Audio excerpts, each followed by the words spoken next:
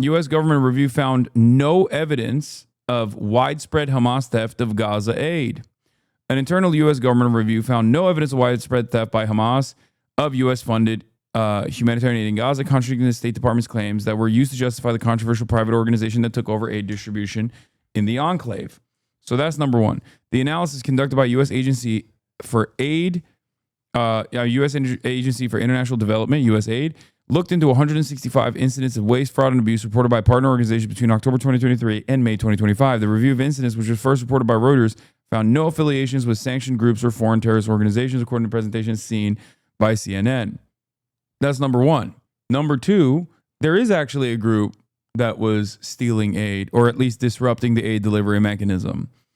That group is now known as the Popular Forces. That group is led by a Yasser Abu Shabab, a Palestinian who is a collaborator of the Israeli state. Yasser Abu Shabab is an ISIS affiliate gang leader who was in prison under the Hamas governance. Now he has a group called the Popular Forces that is armed by Israel. And of course, if you don't know who he is, you might have seen him as a Wall Street Journal opinion editor, because he was able to, from his Rafah military base, the Israeli military base that they stationed in Rafah for him, in the red zone where no Palestinian is allowed to even walk without being shot by Israeli forces, him and his ISIS affiliate gang can actually operate, was able to write this Wall Street Journal opinion editorial. This is an unprecedented dark time in media in the history. It's the darkest. And he writes, Gazans are finished with Hamas. My Popular Forces control significant parts of eastern Rafah, and we are ready to build a new future.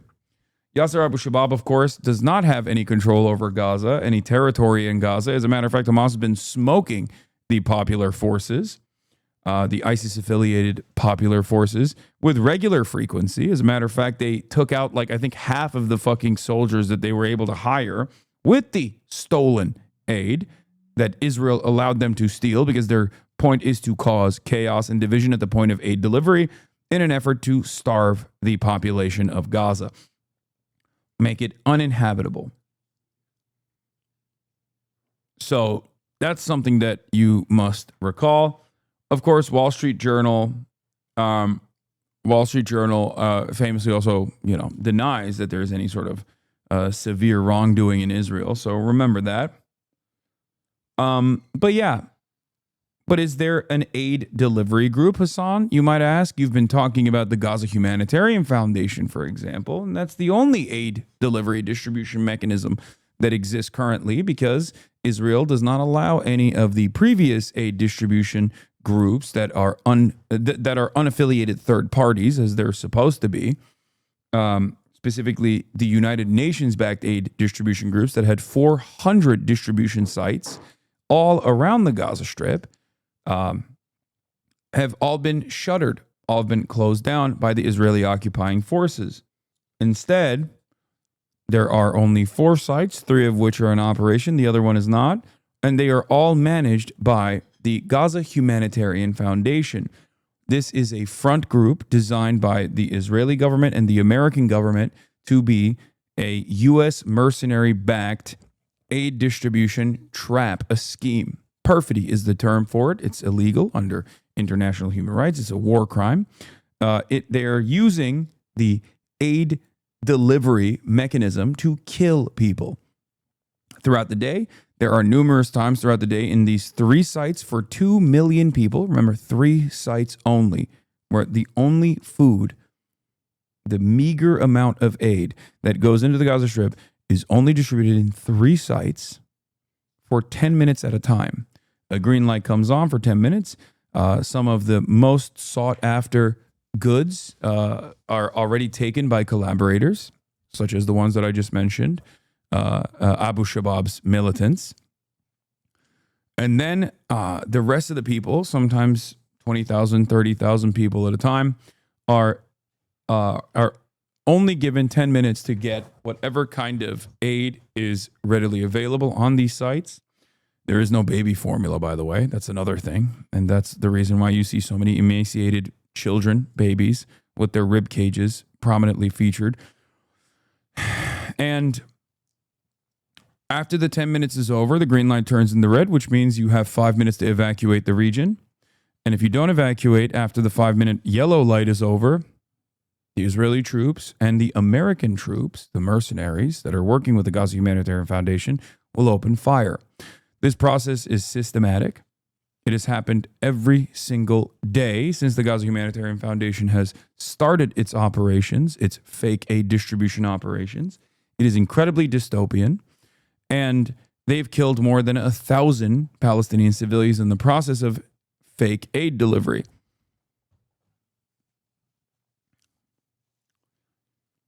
Doctors and members of Oxfam, humanitarian aid workers, journalists are all starving in the Gaza Strip at the moment.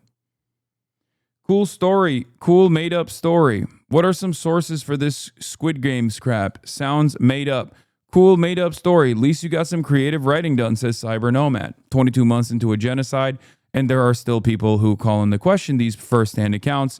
Of course, by the time first-hand accounts from Palestinian journalists make its way to Israeli news, because they get corroborated by Israeli occupying force soldiers, that takes at least a month or two. And then maybe you'll hear it, not in the bylines of the New York Times, but like way, way below the fold as they bury the lead 8 months down the line in a New York Times piece that still seemingly obfuscates Israel's responsibility in this ethnic cleansing campaign. Wait, never mind. Here's The Guardian. 11-minute race for food. How 8 points in Gaza became death traps. A visual story. Hundreds of people have died while seeking food since delivery was taken over by the Gaza Humanitarian Foundation in May, but Palestinians facing extreme hunger have no choice but to take risk. There's a Haaretz article that details from first-hand personal testimony of Israeli occupying force terrorists who openly admit to shooting. Who openly admit to shooting people. Got it. Thanks. I'll have a read.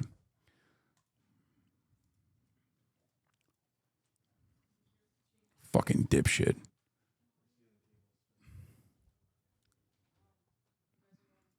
No, I banned him. Fuck that guy. Fuck that asshole. Went from, yeah, literally everyone turned a blind eye because of his powerful connections. This child fucker's all the way down.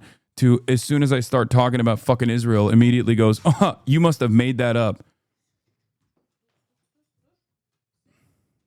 Dumb fuck.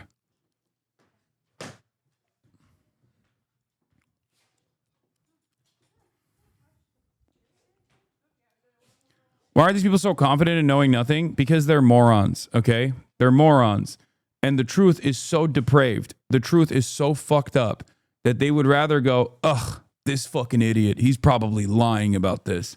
The reason why I was talking about this, of course, is because there's more to the story. And obviously, I'm going to get to the literal former U.S. Green Beret testimony from the BBC that details his experience with the Gaza Humanitarian Foundation, saying that Israel is committing war crimes at the Gaza food distribution site. As famine spreads, Israel destroys supplies from 1,008 trucks it refused to let into Gaza. Khan News, Israel's public broadcaster, spoke with Israeli military officials who admitted they destroyed food, water, and medical supplies from more than 1,008 trucks left to rot at Kerem Shalom, while Gaza's health ministry warns of mass death unfolding in real time. Israel had blocked UN officials from collecting the trucks to distribute aid in Gaza. We buried everything in the ground, and some of it we even burned, Israeli army told Khan News. Even today, thousands of packages are sitting in the sun. If they are not transferred into the strip, we will destroy those too. The mechanism simply doesn't work, one military source admitted. The trucks are stuck. There's a mechanism that doesn't function. There are problems with the roads, and coordination isn't working either. We have here the largest grain warehouse that exists, he added. If the goods currently sitting there aren't collected, we will clear it out and bury the supplies on airdrops. This has already been attempted and was a complete failure, just like the port that was built. The Gaza Health Ministry says this is famine. Over 122 people, including 83 children, have died from hunger. 9 people have died in the last 24 hours alone, according to Gaza's Health Ministry. Children are dying before our eyes. Mothers miscarry in tents because they can't afford a single meal, said the ministry's director general. Acute malnutrition among children under 5 has surged from 0.5% to 11.5% in just 1 month. We expect many more deaths in the coming days and even hours. This famine has spared no one. Even medical workers haven't eaten.